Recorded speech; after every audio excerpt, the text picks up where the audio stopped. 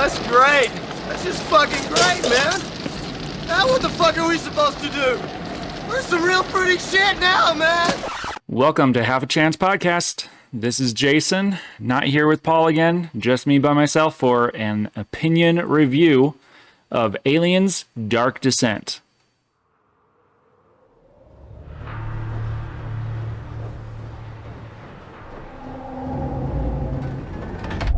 Sergeant Leo Alvarez of the CM Leth Recon Squad. Our mission was to enter the Tantalus base, locate the ComSat relay, and bring it back online. We found the relay, but there was a problem. Get that door closed now, Private. Close that gate. Nothing gets in here. Ray didn't make it. At least he's in one piece. Willis, take the lead.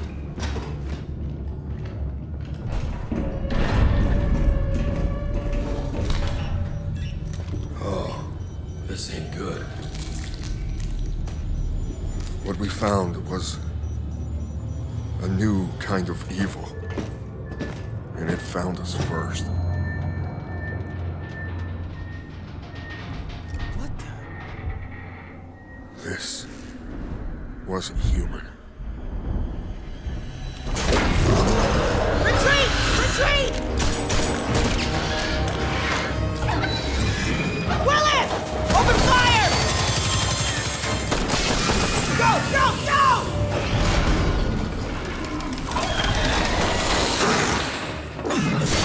Alvarez! Through that door!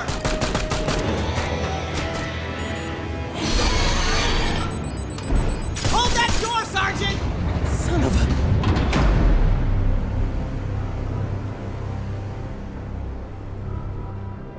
I don't know what I saw in there.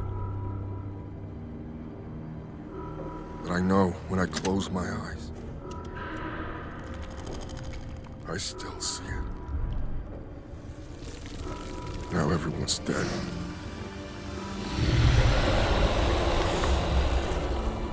And someone needs to know.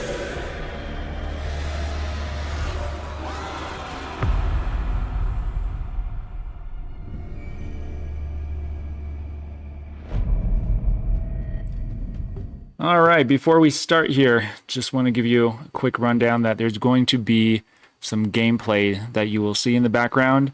My main objective is that you watch that gameplay and that you listen to me on the side while you're watching this gameplay.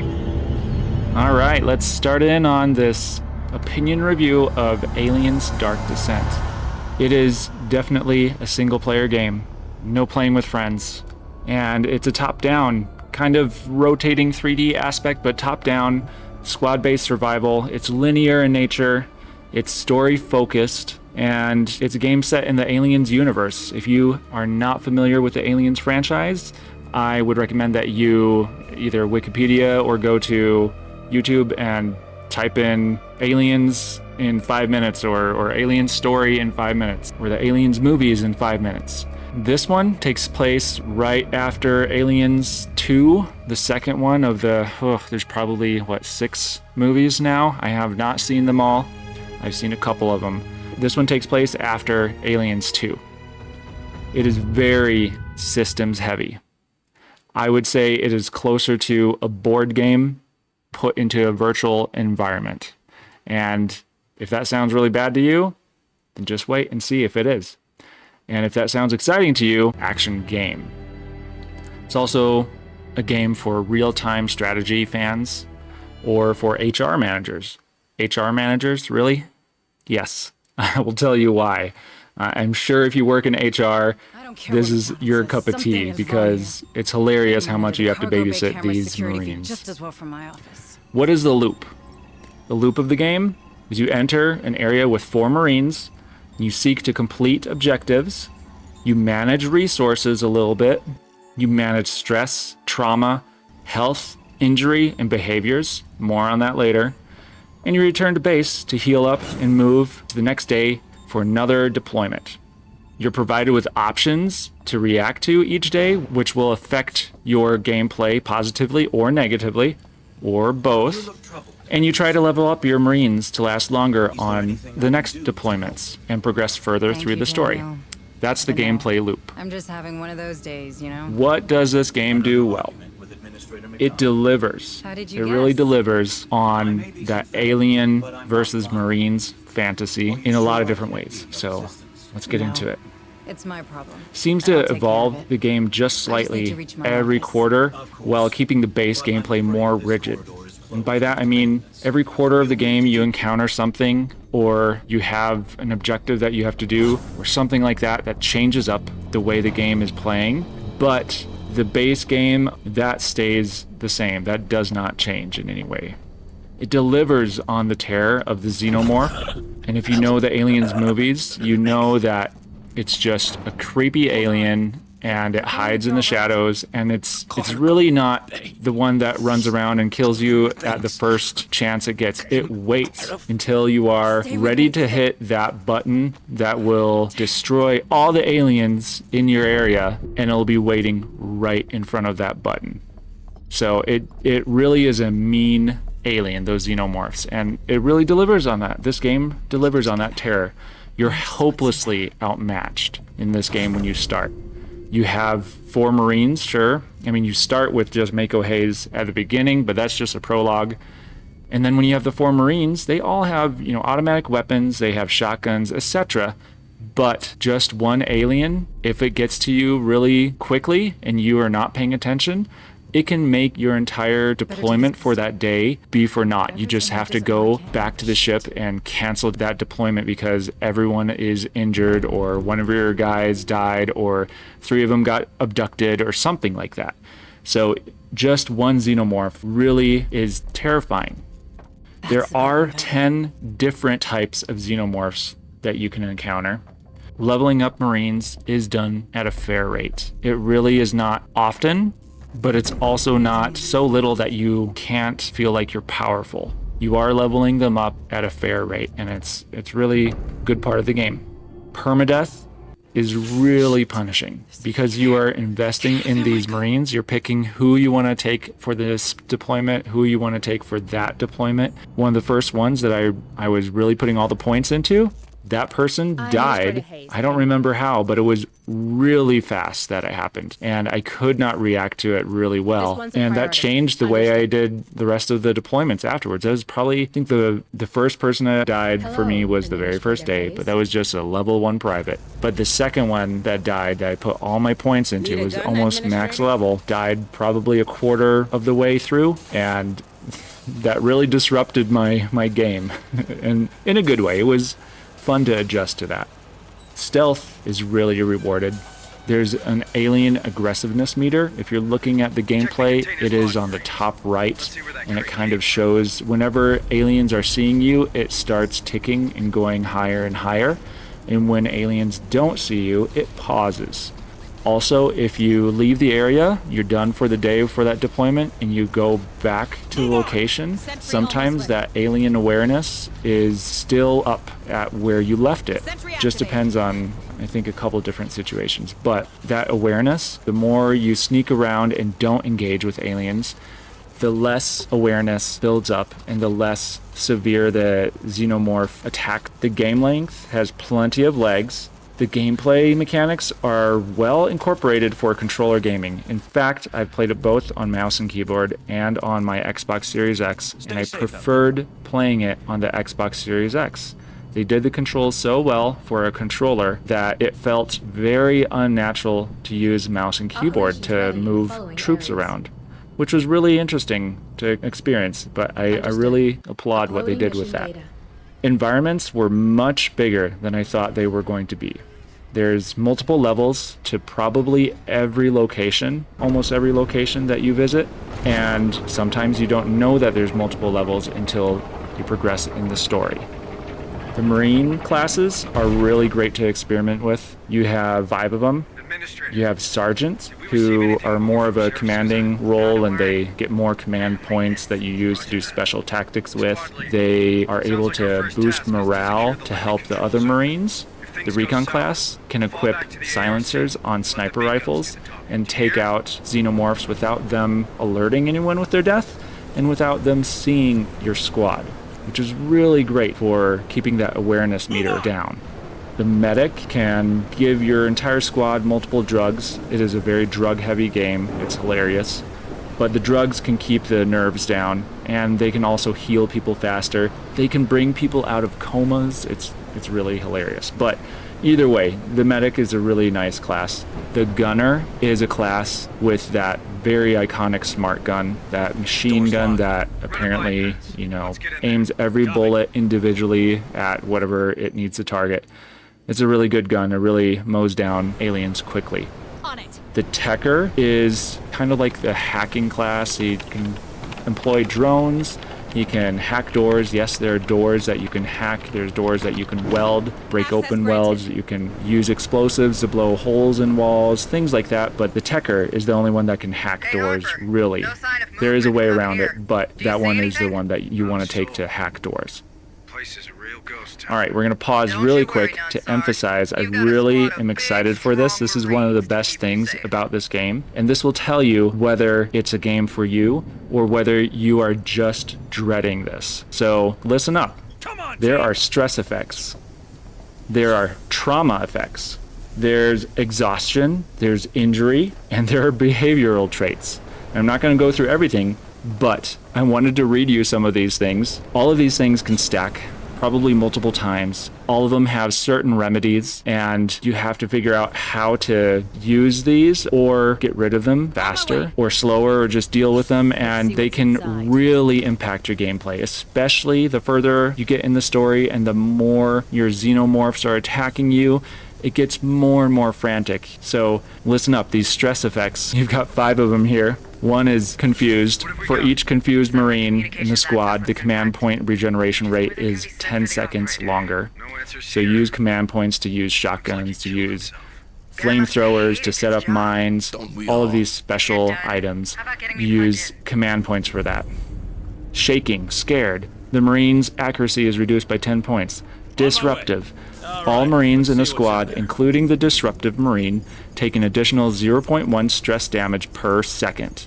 Disobedient. For every 2 disobedient Marines in the squad, the number of maximum command points is reduced by 1. Berserk. The Marine's accuracy is reduced by 25 points, and they fire 2 times the amount of ammo per burst. So those are just the stress effects. So the more you encounter the xenomorphs, the more stress you get. And these can be random, I think, per character. And so some Marines will have the disruptive effect, some will have confused, some will have disobedient, and those can build up multiple levels. And you have to remember, some of these missions, if you're going really fast, sure, you can do a 10-minute mission. But I have done a couple missions where I've been 30-plus minutes into it. So when you have something that says, take an additional 0.1 stress damage per second, doesn't sound like much, but then if you're counting on 30 minutes of gameplay, that really builds up, and it's something you have to work on. Trauma. So if they get attacked or if something happens in the environment, the Marines get types of trauma, and you have to deal with that back at your home base with psychotherapy or something like that. However, here are the types of trauma that you can get. Depressive. The Marine starts every mission with additional stress damage. Pyrophobia. Each time the incineration skill is used or an oil puddle is set on fire, the Marine takes stress damage. Borderline. The stress relieved by Marine when using nap relieve or resting is increased, but all stress damage is also increased. Hypochondriac. If the squad has no medical supplies, the Marine suffers stress damage each second. Claustrophobia. When resting in a shelter, the Marine's stress no longer decreases. Paranoid. If the squad has more than 3 active Marines, the Marine takes stress damage each second. Hematophobia. I don't know how to say that. The Marine takes stress damage each second when the Marine in the squad suffers from hemorrhage. Anthrophobia. The Marine takes stress damage each second when seeing a human enemy. Obsessive. Increases the time required to reload. Robophobia. The Marine takes stress damage each second when seeing a synthetic enemy or allied. Xenomorphobia. The Marine takes stress damage each second when seeing xenomorphs. So all of that trauma, first of all, is hilarious, and second of all, is ridiculous to deal with. And each Marine can have a different type of trauma. So there's plenty of trauma. If you have 4 Marines that you are taking into battle, and you have 1, 2, 3, 4, 5, 6, 7, 8, 9, 10, 11 traumas, that really can randomize each time you select a different Marine on what they are getting, and it's hilarious to deal with. All right, behavioral traits. Stick with me. I find this stuff hilarious, and I think this makes the game so much fun. Each Marine from the get-go, as soon as you either find them or you have them on the space station or your base, each Marine has a type of behavioral trait.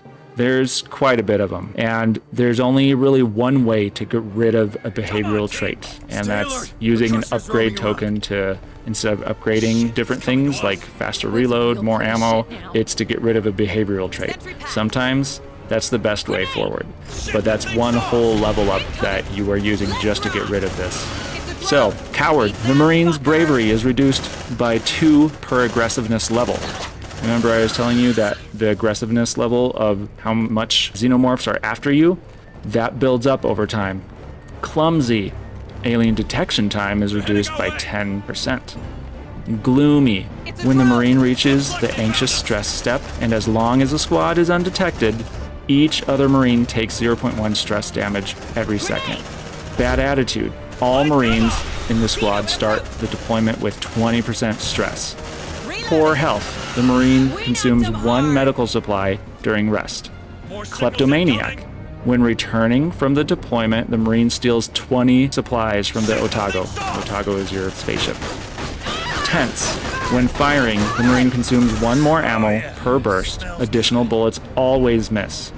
Undisciplined. The Marine starts each deployment with the disobedient stress effect. For every 2 disobedient Marines in the squad, command points will be reduced by 1. At the beginning, you only have 3 command points. Rebel. The Marine is not affected by the reprimand skill. Reprimand is something a sergeant can do to make them not have more stress increased, so a Rebel is not affected by that. Heavy heart. Trauma cannot be removed even by the Otago's psychiatric care unit. Stubborn. When the Marine levels up, attributes are randomly selected. That one is hilarious. Bad luck. The Marine earns 1 less XP on deployment to a minimum of 0 XP. Yeah, I've had that one with one of my main guys, and it took forever to level him up. Conspirator. The stress relieved by each Marine during rest is reduced by 10 points. Bully. Everyone in the squad with a lower level than the Marine will take 0.1 stress damage per second if the squad is undetected. Rusty. The Marine always becomes exhausted at the end of deployment. Brawler. During rest, another random Marine will suffer 1 health point damage. The damage is prevented if the Marine has a medical assistant attribute. Unfit. The Marine has 1 less health point. Does not affect armor points. Poor sight. The Marine's accuracy is reduced by 10%.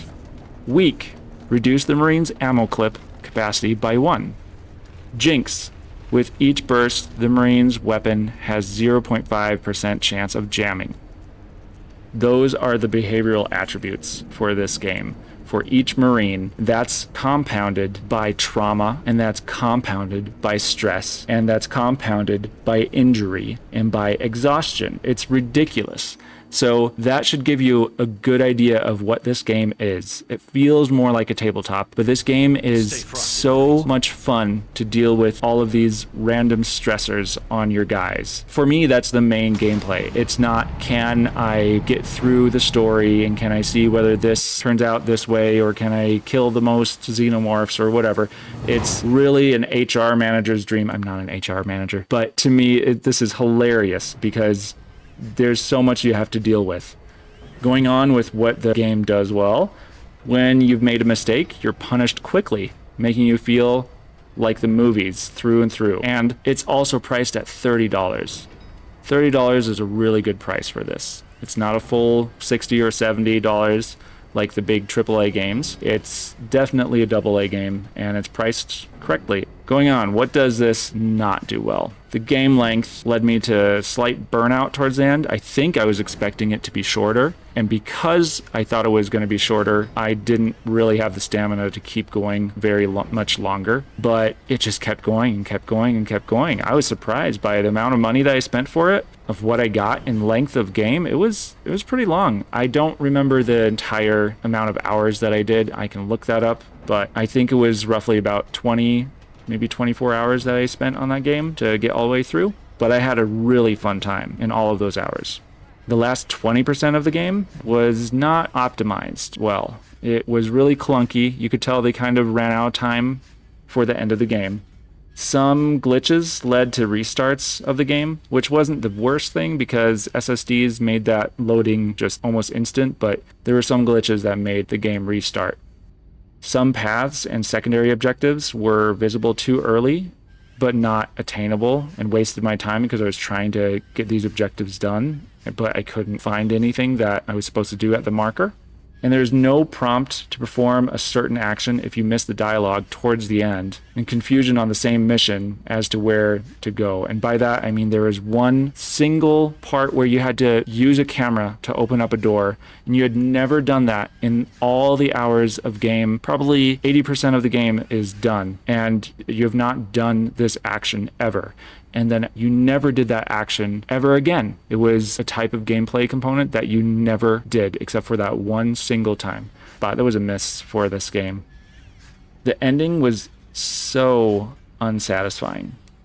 The entire time you're tracking stats and you're seeing how many rounds you fired, how long it took you, and how many aliens you encountered, etc., etc., etc. Like just stats. And then all the way at the end, no stats, nothing. It just went to credits, and that's it. That was really frustrating. I wanted to see how I did overall in the game, how I did on that mission, and I just wanted to see those same stats that I got used to. But that was not in the end, and that's something that they should definitely change and maybe patch in there. That would be really nice to see later on.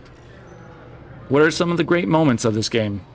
Going into the game blind, without knowing how long it really was, that surprised me a lot, and it was a good surprise. I know I said that I kind of reached a burnout towards the end, but I was surprised. I thought there'd be maybe like 4 missions or 4 levels that you can go to, and then the game would be over. It was a $30 game. I didn't expect anything else, but it went much longer than what I thought it would be at the $30 price tag.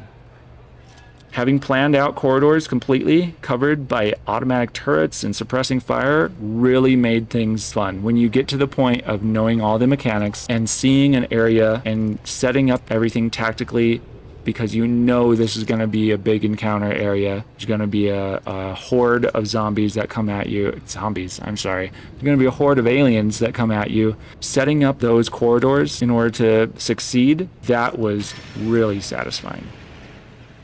All but one gadget were part of my core gameplay. I don't really remember which gadget I am referring to in that note, but there's so many different gadgets, and I used pretty much all of them in every mission. If I selected a person that had a special gadget, I was using that, and I could not wait to use it again. So I think there's shotguns, there's flamethrowers, there's mines, there's sniper rifles, there's auto turrets, all kinds of different gadgets that you can use. And I used all of them all the time. That was really fun to use all those gadgets. Do I want a sequel? Yes, definitely. I definitely want a sequel. This game feels like a tabletop put into a video game, and navigating the systems was at least 40% of the game. It was so much fun. Honestly, it was one of the better games I have played this year. And there's been so many good games this year, but Aliens Dark Descent was a big surprise. I'm not the biggest Aliens fan that I just buy every Alien game that is out there. I saw the gameplay for this and thought, this looks really interesting. And for the price tag, I thought, yeah, why not? I will pick that up. And I was not disappointed. Just talking about this right now, I want to go and do a New Game Plus right now because it sounds like so much fun. But I hope that this video has shown you some gameplay and shown you an overview of this game so you know whether this is something you would want to pick up maybe. I'm sure on a Black Friday deal or Christmas deal or something like that, maybe a summer deal, it would be knocked down to 20 bucks. And that's not very expensive at all. And I would recommend it to anyone that thinks that this gameplay looks fun and that maybe enjoys board games and maybe is an HR manager. All right, thank you for listening to this opinion review from Half a Chance podcast. I'm Jason, and you can look forward to some other opinion reviews coming up in the future. Talk to you later. Game over, man. It's game over.